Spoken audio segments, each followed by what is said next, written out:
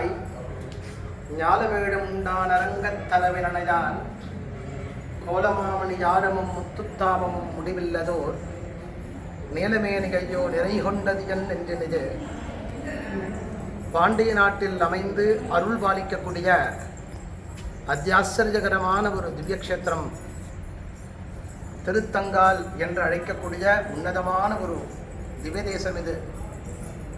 மூலவர் நின்ற நாராயணன் என்கின்ற திருநாமத்தாலேயும் ஜெகன்மாதா மகாலட்சுமி கமல மகாலட்சுமி சங்கமலவல்லி தாயார் எனும் மங்களோக்தமான நாமதேயத்தாலும் அழைக்கப்படுகின்றார்.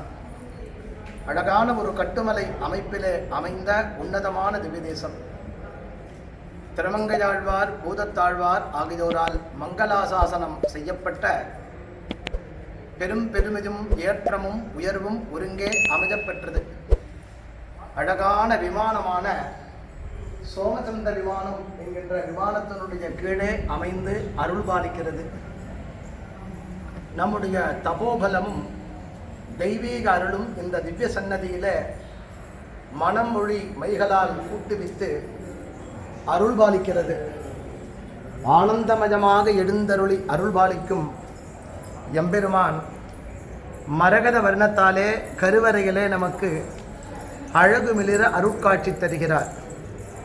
ஒரு கோவிலிலே 4 தாயார் பெருமாளோடு கர்ப்ப கிரகத்திலே நாம் சேவிக்க முடியும்.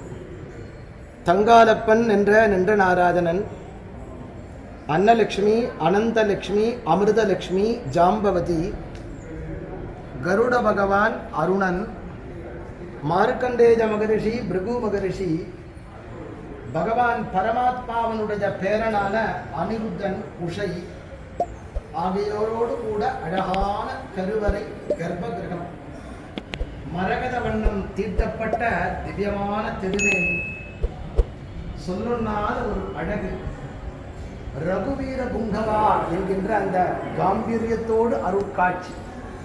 எம்பெருமான் ஸ்ரீனிவாசனாக நமக்கு அருட்காட்சி தருகின்றார். அவனுடைய அழகான அந்த திருமேனியை நாம் கண்டு அனுபவித்து அருள் பெற்று ஆனந்தத்தை பருக முடியும். யுகத்துக்கெல்லாம் முன்னரே ஏற்பட்ட புண்ணிய திருத்தலம் இது.